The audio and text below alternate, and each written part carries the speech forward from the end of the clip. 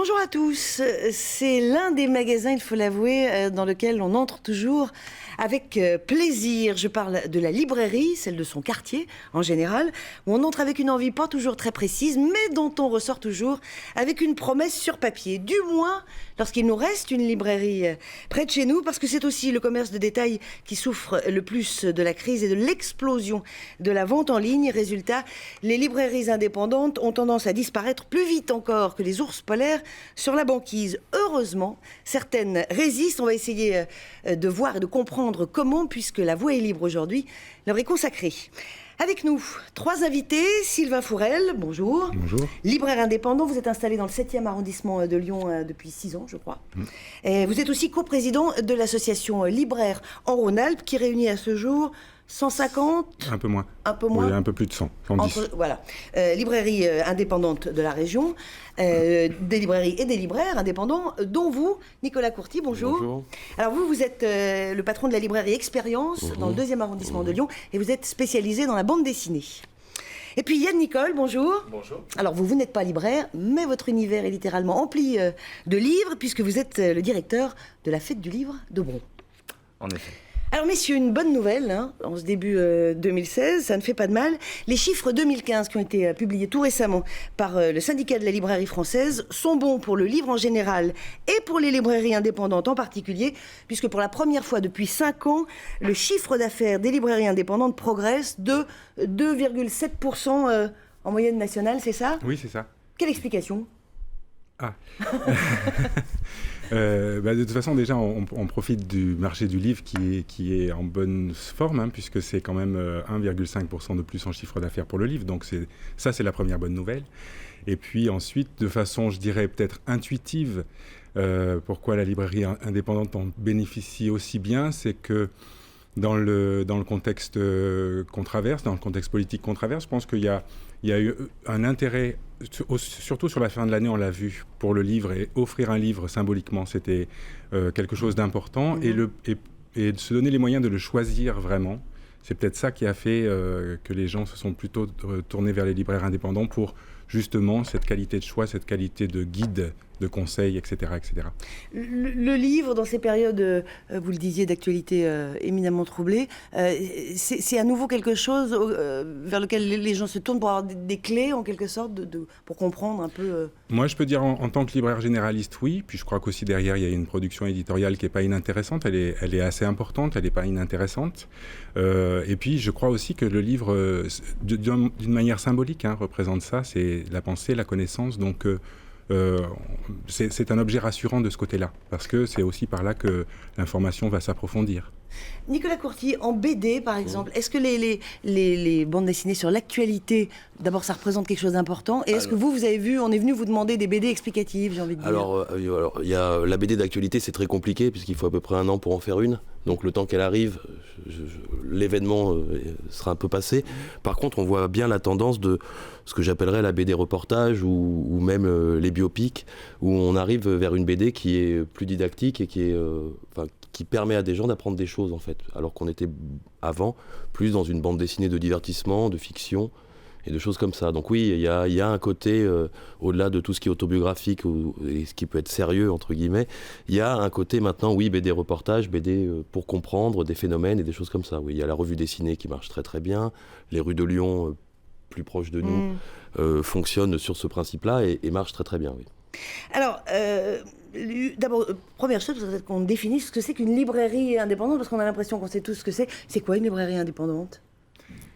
C'est une librairie qui a libre choix sur son assortiment. Voilà. La loi sur le prix unique du livre, on ne le répète pas assez, existe. Elle existe depuis 35 ans. Elle permet effectivement cette non-concurrence du point de vue du prix, c'est-à-dire que nous sommes tous logés à la même enseigne et nous respectons le prix qui est fixé par l'éditeur et uniquement par l'éditeur. À partir de là, nous sommes, nous, des librairies qui avons des comptes chez tous les éditeurs et qui faisons des choix sur les sorties éditoriales, sur le fond, et nous dépendons financièrement de nous-mêmes, et uniquement de nous-mêmes. Alors, il y en a à peu près des librairies indépendantes, je crois. Alors, les chiffres varient quelquefois un peu, mais environ 2500 en France. 70% d'entre elles sont des librairies généralistes. Rhône-Alpes compte, je crois, 237, 240, allez, à la louche, librairies indépendantes, mais pour la plupart, en milieu urbain, c'est votre cas à tous les deux. Ça veut dire que dans les petites villes, c'est là que les librairies ont le plus souffert, dans les 20 dernières années, on va dire? Alors, moi, je suis tellement tout le temps dans ma pauvre librairie à moi que je ne peux pas vous dire exactement ce qui se passe, et a fortiori dans les villes, enfin pas lointaines, mais pas tout près. Donc je ne sais pas, moi je me dis qu'un libraire dans une petite ville peut avoir un rôle beaucoup plus important que plein de libraires dans une grande ville. Ça peut être un endroit fédérateur où des gens peuvent même se rencontrer pour parler entre eux sans avoir la plus-value du conseil libraire, mais entre clients, comme ça peut arriver dans nos librairies. Déjà, les gens peuvent se parler, se conseiller des choses. Donc oui, c'est peut-être plus dur, je ne sais pas, mais en tout cas, il y a un vrai rôle à jouer, il ne faut pas que ça s'arrête, quoi. Ça me paraît... Sylvain, surtout pas.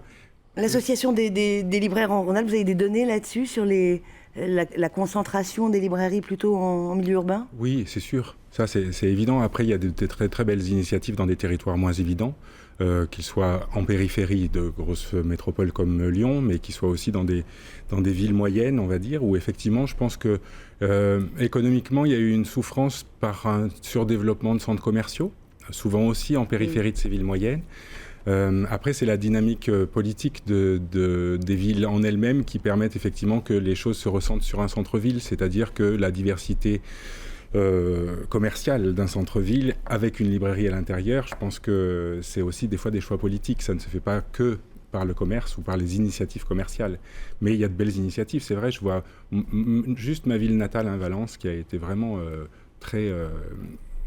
qui a passé une période de travaux difficiles en centre-ville, et ben maintenant, ça y est, on revoit dans une petite rue plusieurs librairies indépendantes qui ont à nouveau ouvert, ou en tout cas qui se sont mis à côté d'une librairie un peu historique qui s'appelle Notre Temps, et du coup, c'est bien parce que ça refait des propositions différentes et complémentaires. Est-ce qu'on peut dire, vous aussi, peut-être Yann Nicole, vous avez un regard là-dessus, que le gros de la crise est passé pour les librairies, c'est-à-dire celles qui devaient mourir en quelque sorte sont mortes, et que celles qui restent aujourd'hui ont une bonne chance de survivre?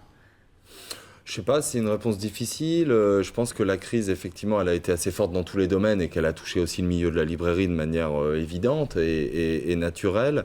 Après, c'est vrai que, enfin, en tout cas, si on parle de la région et notamment de la ville de Lyon, on se rend compte que même pendant cette période, il y a tout un tas de librairies qui ont ouvert leurs portes, qui se sont imposées petit à petit.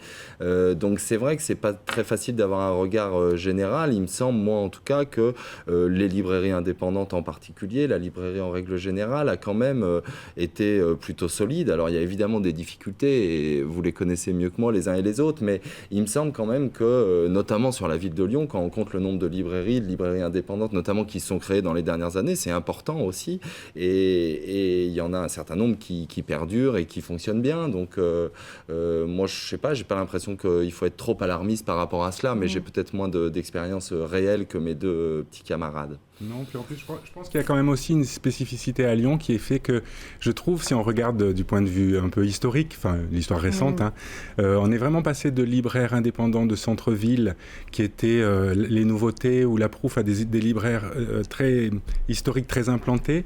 Les initiatives de librairie se sont développées au fur et à mesure que les quartiers se développaient. Ça, j'ai trouvé ça formidable parce que dès qu'il y avait un quartier un peu intéressant, paf, on avait une proposition de librairie. Alors ça a été vrai pour les Maisons Neuves, il y en a maintenant 2.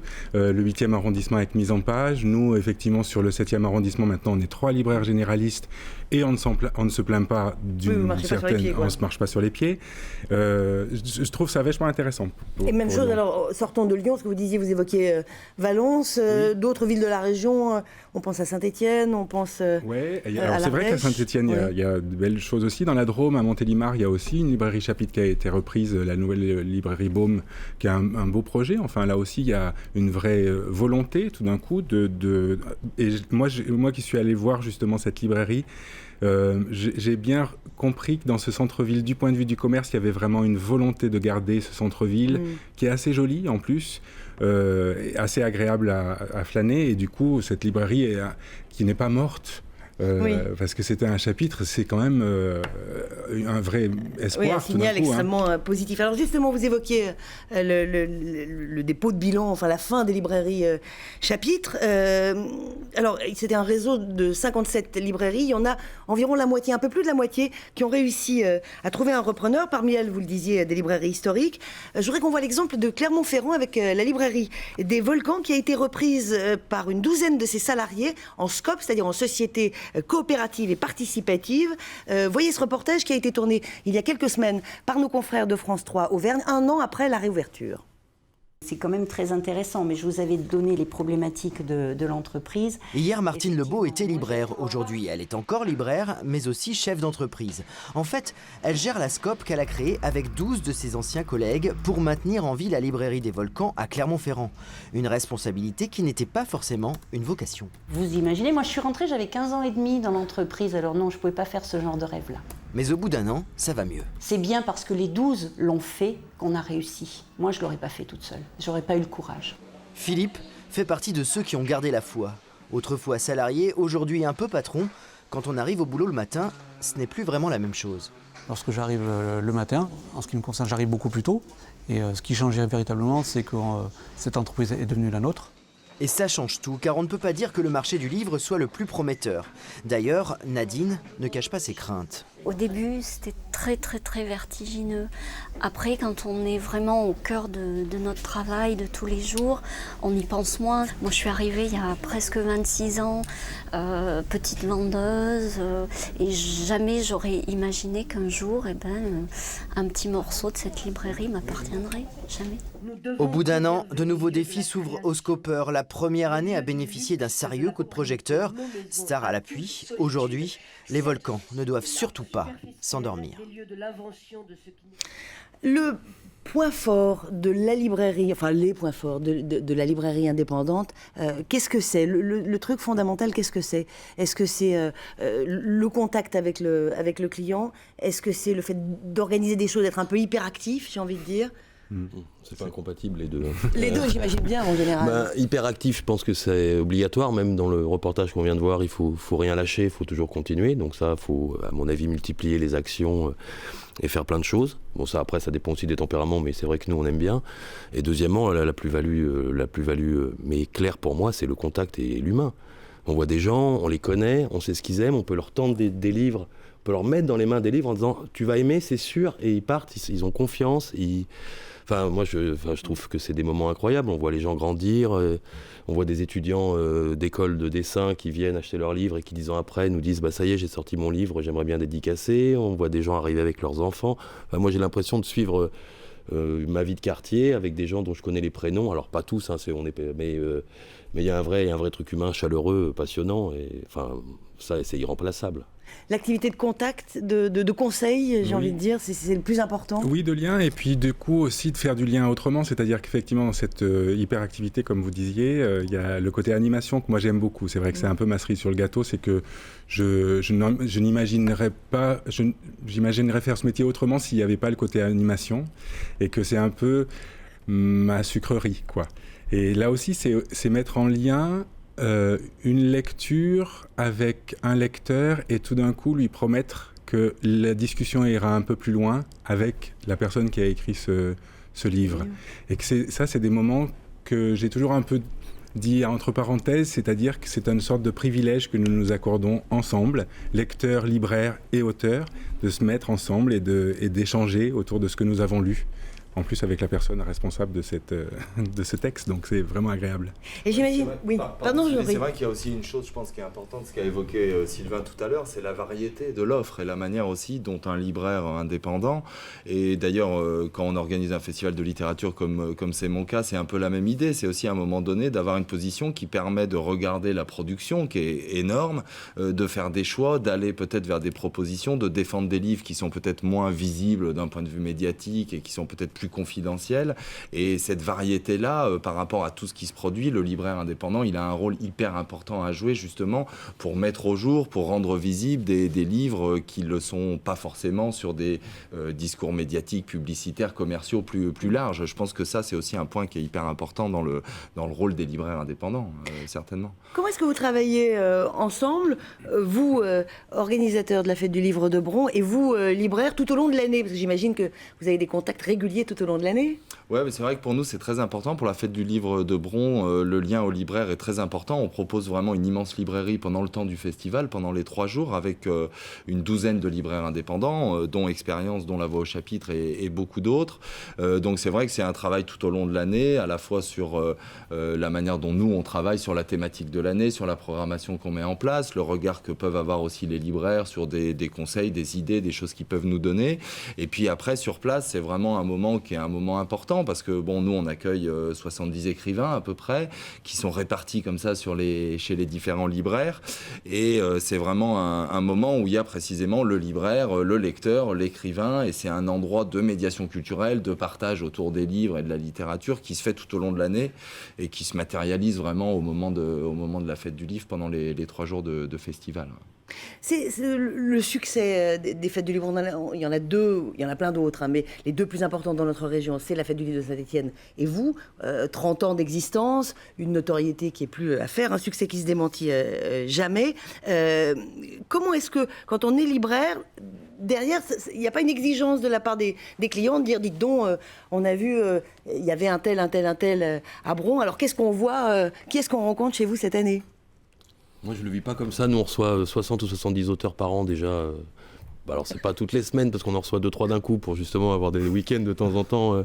Mais on reçoit beaucoup de gens. En général, on peut rebondir aussi sur des auteurs à Bron qui peuvent venir la veille. Ça, c'est déjà fait. Ou sur le quai du Polar, on peut relayer des choses. Mais moi, j'ai pas encore vu quelqu'un qui...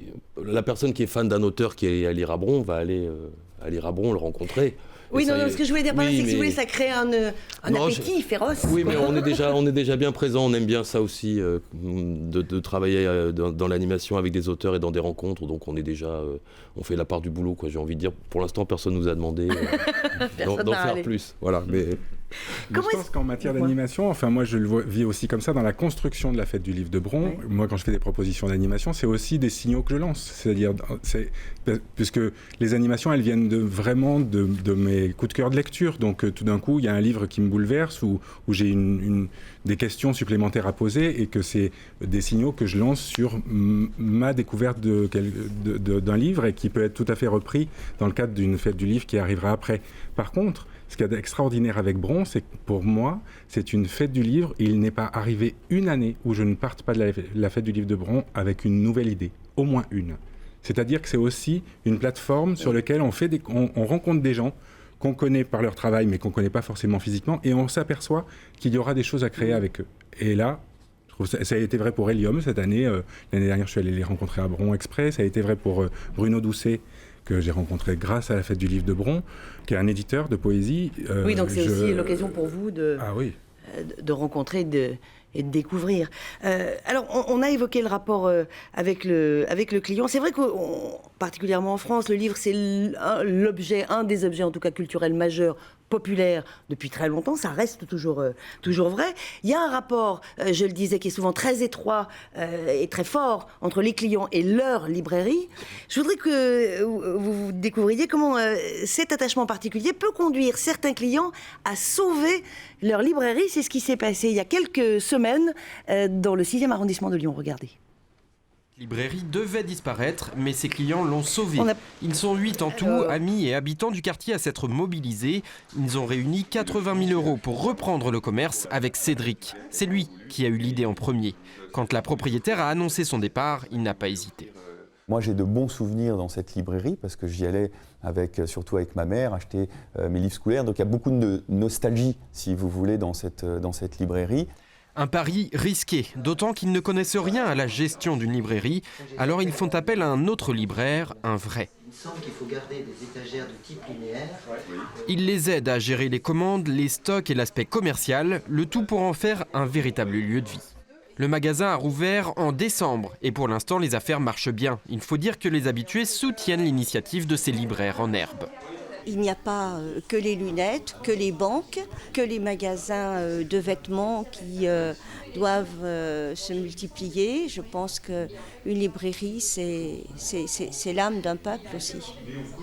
Par amour du livre, ils ont créé 2 emplois. S'ils peuvent aussi sauver l'âme d'un peuple, alors ça vaut vraiment le coup. On évoquait justement des initiatives comme celle-ci. On a vu la librairie des Volcans qui a été reprise par ses salariés. Il y a de nombreuses librairies qui étaient en péril dans notre région et comme ailleurs ces derniers mois, qui ont fait appel à du financement participatif et ça a marché. Ça, c'est rassurant. Ça veut dire qu'il y a aussi un socle de citoyens, j'ai envie de dire, qui est capable de se mobiliser. Ouais, mais je pense qu'il y a un vrai lien qui se crée à un moment donné avec une librairie. On a vu des librairies fermées et des gens venir nous voir en disant « Je suis arrivé ce matin, c'était fermé, mais qu'est-ce qui se passe? Ils sont où? Il leur est arrivé quelque chose ?» Enfin, c'est une relation de quartier sur la longueur. Donc après, à mon avis, toutes les choses de relations humaines s'installent et vivent tranquillement. Donc oui, moi je pense que c'est... je ne suis pas du tout étonné que des gens puissent se sentir solidaires avec leur librairie et envie de l'aider, ouais. Oui, je trouve ça extraordinaire parce que c'est vrai que c'est pas le seul exemple. Ça commence à se multiplier ces exemples-là et je trouve que ça montre justement très très bien que ce lien est très très fort et que du coup on ne peut pas imaginer voir disparaître un lieu, avant tout un lieu où il y a vraiment des rapports humains, vraiment des échanges, vraiment toute une autre chose qui se passe d'ailleurs entre les gens, entre les libraires et les gens, mais aussi entre les lecteurs eux-mêmes, quoi. C'est très multiple. Mais c'est pas qu'une bonne nouvelle, enfin, je veux dire, je veux bien qu'on soit un peu dans le bisounours, et que la vie va bien, et que les librairies vont bien, mais enfin, tous ces trucs participatifs prouvent bien en amont que la librairie se cassait quand même la gueule, hein, tout ça, c'est des bonnes réactions saines à une crise. Oui. C'est pas, c'est pas, les marges sont pas si grosses. Il faut bosser un peu. Enfin, librairie, le métier de libraire ou le métier de commerçant, c'est des métiers âpres. Quand on est malade, c'est fermé. Le chômage, je sais pas si tu es au courant, mais on n'a pas de chômage. Et je veux dire, c'est chouette, c'est du lien. On adore ce métier. On le ferait pas, on l'a fait par choix. Donc moi, il y a aucun souci là-dessus. Mais ça reste quand même un peu. Ça veut dire aussi effectivement qu'il y a une modification considérable des usages et des modes de commercialisation. Ce qui nous amène évidemment à parler du monstre, si j'ose dire, mais enfin d'Amazon, pour ne pas le citer, de la vente en ligne en tout cas, Amazon étant le leader là-dessus. Comment est-ce qu'on lutte contre la possibilité de cliquer sur son ordinateur et d'avoir son livre le lendemain sans bouger de son lit? D'après moi, on lutte pas. D'après moi, on continue à faire son boulot comme avant Amazon, en respectant les gens, en leur parlant et en leur donnant l'impression qu'il y a une vraie différence entre commander un livre sur Internet et venir voir un libraire. Ça, à la limite, je crois que c'est notre boulot quotidien à faire, mais moi, je ne vois pas comment je peux lutter contre... Il n'y a pas de lutte. Enfin, moi, je comprends très bien la personne qui habite loin d'une ville et qui a une envie de livre ou de bouquins en version originale ou des trucs même un peu pointus qu'il ne trouve pas dans sa ville. Moi, je comprends qu'il puisse les commander sur Internet. Ça ne me choque pas du tout. Après, quand on est dans la ville et qu'on a l'accès... Encore une fois, pour moi, commander sur Internet, c'est quand on n'a pas d'autres solutions. Et je suis content que cette solution existe, puisqu'elle offre une option à des gens pour lire, pour prendre du plaisir. Enfin, on ne peut pas empêcher des gens d'aimer lire. Enfin, on adore ça, donc on comprend très bien que... Moi, je serais au fin fond de je ne sais pas où, je ferais la même chose. Je commanderais mes bouquins sur Internet et je ne ferais pas 200 bornes pour un samedi de circulation pour aller chercher mes livres. Donc là, j'ai rien contre ça, moi. En réalité, c'est une complémentarité qu'il faut arriver à trouver en proposant des choses différentes. Oui, alors après c'est vrai que moi je suis bien placé pour montrer qu'avec Libraire en Rhône-Alpes on a essayé de mettre dans les mains des lecteurs des outils Internet et utiliser des habitudes qui de toute façon sont prises, hein, mais qui est un nouveau mode de consommation qui n'est pas lié seulement au livre. Et en montant effectivement un site collectif de géolocalisation des stocks qui s'appelle Chez mon libraire, on a essayé aussi de pallier à ça, c'est-à-dire d'utiliser ce mode de consommation pour proposer un outil qui nous valorise et qui valorise le réseau, l'existence du réseau en Rhône-Alpes. Et par contre, de ramener effectivement en librairie les gens qui auront réservé des livres sur Internet.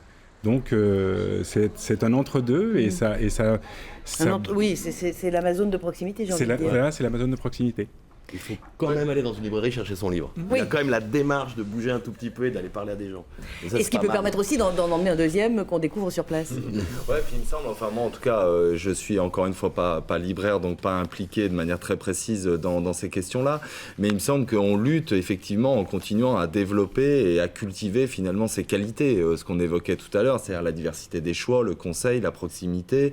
C'est aussi comme ça que la librairie indépendante continuera à avoir un vrai attrait et une vraie singularité par rapport à ce qui peut se trouver sur Amazon. Et malgré tout, quand on imagine par exemple les conseils de lecture qui peuvent exister sur un site comme Amazon, vous avez aimé ce livre, vous aimerez aussi celui-ci, qui est fait finalement par un algorithme. Ça ne remplacera jamais un libraire qui connaît un client, un lecteur, qui sait quel livre il a aimé et comment est-ce qu'il va le mettre en perspective avec un autre conseil de lecture qui est dans son fond. Enfin, c'est un exemple parmi tant d'autres, mais voilà, je pense qu'il faut toujours lutter avec ses armes plutôt que d'aller se poser à un endroit où de toute façon la concurrence est presque perdue d'avance d'une certaine manière. Et puis on a la possibilité, on a la souplesse du retour quand même, la proximité. Vous pouvez ramener un livre en disant on me l'a offert 2 fois à Noël. Il n'y a pas besoin de sortir un RIB, 50 000 papiers justificatifs, chez le libraire de proximité, et tout va bien, quoi. Ça aussi, c'est des choses qu'on offre. Pas, je dirais, pas pour lutter contre Amazon, c'est des choses qu'on offre depuis le début, que par définition, n'importe quel envoyeur de livres, on va dire, c'est compliqué, il faut rendre son livre, il faut penser au carton, il faut le remettre, il y a une souplesse quand même, à la proximité, il y a quand même des avantages, je peux pas... voilà, quoi. Moi, ce qui me frappe, si vous voulez, c'est que le rapport avec le libraire est pas... la funeste destinée des disquaires, qu'on n'a pas oublié, on a un peu l'impression que le scénario est pas du tout le même en ce qui concerne les libraires. Est-ce que je me trompe ? On a la loi Langue, nous, qui c'est la seule... comment dire, c'est notre petit rempart à tout ça. Moi, quand j'allais avec mon père chez le disquaire, le disquaire faisait avec mon père exactement ce que je fais aujourd'hui avec mes clients. C'est... vous adorez le jazz, je viens de recevoir ça, vous allez aimer, on pose, on écoute 5 minutes. Et... Enfin, moi, c'est triste qu'il n'y ait plus de disquaires. Mais ce que je veux dire par là, c'est que la réaction, pour le coup, des clients, du public, des citoyens n'a pas été la même. C'est parce que c'était... C'est l'argent. Économiquement, nous sommes protégés. C'est-à-dire qu'on a commencé à se protéger en imaginant qu'il n'y avait pas de concurrence de prix. Ce que le disque n'a malheureusement pas su faire, c'est-à-dire qu'à partir du moment où le monopole a commencé à être pris, ça a été le début d'une dégringolade et de la disparition d'un métier. Alors que nous sommes toujours protégés par ça, donc ça veut dire que nous pouvons proposer des initiatives. De toute façon, nous n'avons pas le choix, nous vendons le livre au même prix. Parce que c'est vrai qu'on parle beaucoup de création de feeling avec le client, ça je suis très attaché à ça, mais je ne suis pas naïf non plus. Demain, si une librairie propose le même bouquin à 20% de moins, ils auront bon mémé, ils vont quand même, tout le monde ira acheter un peu son bouquin moins cher, quoi. Je crois quand même que... Bien sûr, c'est le nerf de la guerre. C'est le nerf de la guerre, et c'est pour ça qu'il n'y a plus de disquaires et qu'il y a encore des libraires, parce que c'est le même prix partout. Oui, c'est vrai que pour les disquaires, il y a eu une dématérialisation aussi de la musique qui n'est quand même pas à l'œuvre en littérature, enfin en tout cas pour les librairies et pour les livres, qui posent d'autres questions, même si elle peut-être... Mais ils sont morts avant la dématérialisation, les disquaires. C'est sûr. C'était à peine au virage vinyle-CD là qu'ils ont tous disparu. Donc c'est années 90. Très vite, une question, parce qu'on s'approche de la fin de cette première partie. Vous parliez de dématérialisation, le e-book, le livre électronique, ça démarre toujours pas vraiment. Moi, je fais de la BD, et j'avoue que je suis un peu préservé, parce que le format, plein de principes ne font que... Sylvain ? Alors non, ça démarre toujours pas. Ça a du mal à décoller, c'est vrai, en France. Après, je pense... Alors, soit c'est un vrai attachement au papier, c'est vrai. Moi, je vois maintenant, chez mon libraire, où on peut vendre aussi du livre numérique, je vois bien aussi... je vois un peu plus précisément les pratiques des lecteurs de la librairie, c'est-à-dire qu'il y en a qui sont un peu entre les deux, qui nous commandent parfois des livres numériques et puis qui aussi viennent chercher des livres papier en librairie. C'est aussi...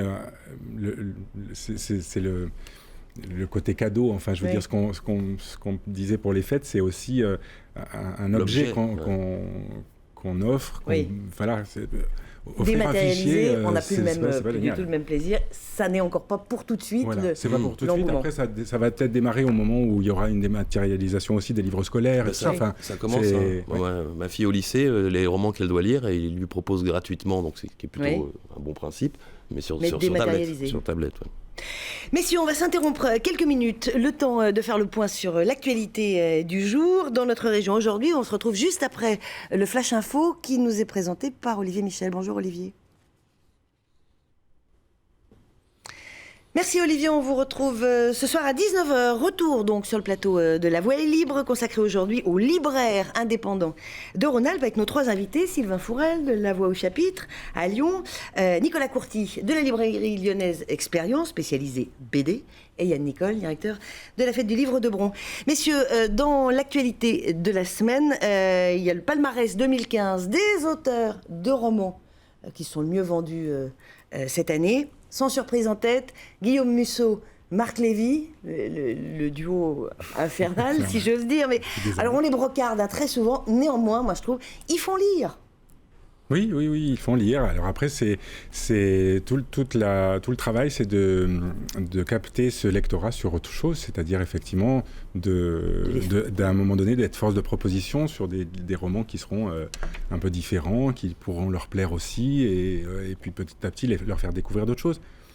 Yann Nicole. Oui, c'est vrai que ces écrivains-là, comme d'autres d'ailleurs, ont effectivement des chiffres de vente très importants qui correspondent aussi malgré tout à des forces commerciales, à des plans presse et à des plans de com qui sont aussi importants. Donc c'est les plus médiatisés. Cette dimension-là qui est importante dans le choix des lecteurs. Après, en effet, le fait de lire est déjà une chose en soi. On a souvent parlé de ça, notamment pour les jeunes lecteurs, au moment de la folie Harry Potter, de savoir si c'était bien de lire Harry Potter, si ça allait leur permettre d'arriver à la lecture ailleurs. Oui, enfin, nous, je pense que ni les uns ni les autres, on a envie de se situer comme ça en disant ça c'est bien, ça c'est pas bien. Je pense que c'est pas vraiment ça la démarche. Nous, après, on a une perspective, une vision de ce qui peut être une littérature peut-être plus riche, plus complexe, plus diverse. Mais ça plus peut être exigeante. une porte d'entrée. Bon, voilà, les littératures existent, les différents types de livres existent, et puis les lecteurs ont encore la liberté de choisir ce qu'ils ont envie de lire. Nous, je pense que notre rôle, c'est effectivement d'amener à leur connaissance un certain nombre d'ouvrages vers lesquels ils n'iraient peut-être pas de manière directe, mais aussi parce que ces livres sont parfois moins visibles que d'autres. Sylvain, est-ce que vous, dans ce palmarès des 10 premiers, 2015, donc ça commence par Musso-Lévy, ça se termine par Jean-Christophe Ruffin, qui est académicien. Dans le lot, il y a Michel Houellebecq et il y a en 4e position Fred Vargas, donc c'est du polar. Est-ce que ça recoupe un peu, vos meilleures ventes à vous ? Pas tout à fait. En tout cas, pas pour les 2 premiers, bien évidemment. Mais je pense que c'est un peu logique. C'est effectivement, comme disait Yann, des systèmes qui sont en place. Guillaume Musso et Marc Lévy écrivent à peu près un livre tous les 6 mois aussi. Il y a vraiment une très grosse production et un très gros plan presse, donc ça les met tout de suite forcément en premier lieu. En ce qui concerne Ruffin, Vargas, oui, bien sûr, ça fait partie des bonnes ventes de l'année. Et puis après, il y a eu les prix qui étaient plutôt des bons prix, et donc du coup qu'on a évidemment poussé avec plaisir en plus, puisqu'on les avait en général lus. Et puis les livres qu'on a particulièrement aimés, nous. Nicolas Courty, en BD, alors parce que le classement, je ne l'ai pas. Vous, vos meilleures ventes cette année ? Je ne sais pas très bien. Il y a ce que j'ai amené là, parce qu'en en fait, c'est pas très très compliqué. Il y a les BD qui se vendent toutes seules, donc ça doit correspondre à Musso-Lévy, enfin les choses qu'on pose et que les gens suivent. En plus, nous dans la bande dessinée, on a un vrai problème, mais c'est pas ça, mais il y a une vraie dimension de la tomaison. C'est-à-dire qu'il y a le tome 17 qui arrive, ou le tome 18 d'une série, on sait à peu près, Et puis les gens, ils vont pas nous demander ce qui se passe au tome 18, ils en ont lu 17, ils voient bien l'histoire, de qui on parle, quel est le héros, etc. Donc ça se vend bien, évidemment. Et puis après, il y a tout ce qu'on va bien aimer nous et qu'on va pousser. Dans une petite librairie, quand vous prenez un livre un peu pas très connu et que vous en vendez une centaine d'exemplaires, moi, ça rentre dans mon hit parade des ventes. Oui. C'est une petite... Vous voyez ce que je veux dire ? Il y a aussi un rapport... Les échelles sont complètement différentes. Oui, donc moi, là, je vous ai amené 4 BD qui ont très, très bien marché chez nous, parce qu'elles sont très bien, parce qu'on les a lues. C'est pas toujours lié, et qu'on en a beaucoup parlé. Alors, parlons de l'avenir immédiat. La 30e fête du livre de Bron, bel anniversaire. C'est du 4 au 6 mars.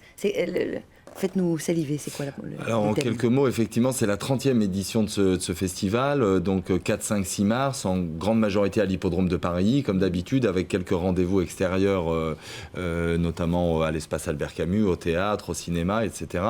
C'est vrai que c'est une 30e, donc on avait envie de proposer vraiment une programmation un peu gargantuesque, une sorte de banquet littéraire aussi pour notre public qui nous suit depuis tant d'années.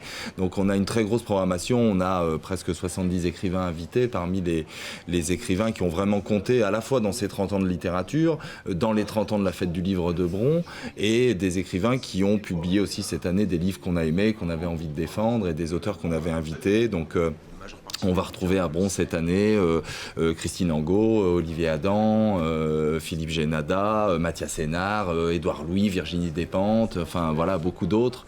Je pense que c'est un très beau plateau avec toujours la même préoccupation de faire se rencontrer des écrivains, de les faire échanger sur leurs œuvres, sur les grands enjeux de notre monde contemporain, et puis toujours cette idée du partage, de la réflexion, de la connaissance, une grande librairie, et puis toujours aussi ce qu'on fait pendant la fête du livre de Bron, c'est toute une programmation destinée au jeune public, oui, ça, pour les très jeunes lecteurs, puisqu'il y a aussi toujours cette idée de mettre la petite graine effectivement chez les lecteurs en herbe.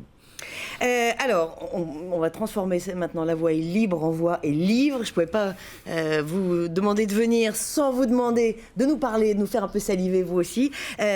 Sylvain Fourel, j'aime pas ce terme de coup de cœur, mais vous, les livres que vous avez envie de conseiller. Oui, alors pour la rentrée 2016, j'ai pas encore fait mon choix, si je puis dire. Donc sur la rentrée précédente, on va dire, mon premier choix, il va évidemment à un livre qui s'appelle Otages intimes de Jeanne Benhammer, qui est une auteure que je suis depuis très très longtemps, qui est devenue presque une habituée de la librairie sans vouloir vraiment faire un fan club de Jeanne Benhammer à la librairie. C'est quelqu'un dont je sens que le lectorat est très fidèle, et en général quand un lecteur découvre un livre d'elle, il vient chercher très régulièrement un autre livre parce que c'est un univers très, très cohérent, je trouve. Et puis, Otages intimes, il ressemble à ce qu'est Jeanne Benhammer. C'est un auteur qui ne se livre pas si vite que ça. Et ses livres sont pareils. C'est-à-dire que il se révèle petit à petit. Moi, j'ai lu 2 fois Otages intimes, et la deuxième lecture m'a provoqué plein de nouvelles émotions que je n'avais pas du tout eu la première. Donc, je trouve que c'est pour ça une auteure très forte, parce qu'elle a une écriture très serrée, très très dense, et elle parle de sujets très intimes et en même temps très actuels, puisque là, il s'agit d'un reporter de guerre pris en otage. Un deuxième ? Oui, alors j'ai pensé à un poche, parce que du coup c'est aussi pour les budgets un peu moindres, notre force de proposition elle peut être là aussi. C'est La main de Joseph Castorp, d'un auteur portugais qui vient de sortir en poche, qui avait été publié au départ par Viviane Ami, et qui est un roman sur le XXe siècle au Portugal à travers 3 générations. Et chacun de ces personnages, qui appartiennent à 3 générations différentes, ont eu un destin qui a dévié en raison de l'histoire du Portugal. Et on va un peu faire une investigation comme ça. Qu'est-ce qu'a été ce pays pendant le XXe siècle ? Quelles ont été les grandes étapes à travers un livre hyper romanesque et de très très très beaux personnages qui traversent donc cette histoire-là. Nicolas Courty, à vous, les BD immanquables. Alors, j'en ai amené 4, mais elles n'ont pas obligatoirement 3 mois d'existence, ou elles ne sont pas sous le feu de l'actualité totale. Je les ai triés par ordre de taille, du plus petit au plus grand, mais c'est qu'un problème de taille. Donc on a Zai Zai Zai de Fab Caro, chez un petit éditeur qui s'appelle Six Pieds Sous Terre, qui édite un Beignet, un Lyonnais qui est très talentueux aussi. Et Zai Zai Zai, c'est l'histoire d'un décalage, puisque ça démarre très vite par le héros, qui doit être Fab Caro, on imagine une autofiction, et qui arrive au supermarché, et à la caisse, il a oublié sa carte de fidélité. Et là...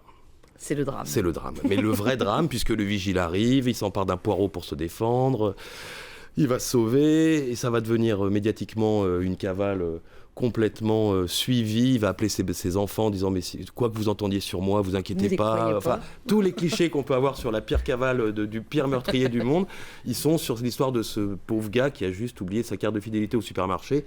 Et bien entendu, il est auteur de BD, et on peut décaler parce qu'à chaque fois, on entend les médias qui disent « oui, mais enfin, les auteurs de BD, on ne sait pas bien ce qu'ils font en vrai dans la vie ». Enfin, c'est vrai d'ailleurs. Oui, mais quelque part, on pourrait remplacer ce mot par plein d'autres, et c'est vraiment super savoureux. C'est une petite maison d'édition à Montpellier, ils ont réédité plusieurs fois. C'est vraiment un petit bijou d'humour en un seul tome. Allez, un autre, parce qu'on n'a qu'un autre. Ah, voilà. Qu'un autre. Alors... donc, parce que c'est un petit peu récent et que c'est grand public, c'est une BD qui s'appelle Sykes au Lombard. Dubois et Armand. Dubois et Armand, oui, sur l'histoire sur 20 ans d'un marshal, donc un western, qui mène une traque, cette traque vis-à-vis de meurtriers, et meurtriers qui ont décimé une famille en laissant l'enfant orphelin, et l'enfant va suivre ce marshal pour aider à cette vengeance, mais ça prend 20 ans, donc il y a beaucoup de choses qui se passent. Un peu sombre. Et c'est pas spécialement gay, ouais, mais c'est une très belle BD, et c'est pas... J'aime bien en parler parce que quand on dit western, on a l'impression que tout s'arrête et qu'on a déjà tout dit, alors qu'on s'en fout que ça soit un western. Enfin, je veux dire, il y a un truc universel dans une histoire, et voilà, et c'est le cas. Yann, il vous reste 40 secondes. 40 secondes. Je pourrais parler peut-être d'un livre d'un des invités de la fête du livre de Bron qui s'appelle Pascal Horry, qui est un historien, donc ça n'est pas un roman du tout, c'est un livre qui s'intitule Ce que dit Charlie, qui est sous-titré 13 leçons d'histoire, et qui est vraiment un livre qui donne à voir la façon dont un historien aujourd'hui peut prendre les armes de sa discipline, les armes de l'histoire, pour éclairer un sujet qui est très contemporain et un sujet qui nous préoccupe tous. Sur ces sujets-là, je pense que c'est un livre vraiment majeur et très éclairant.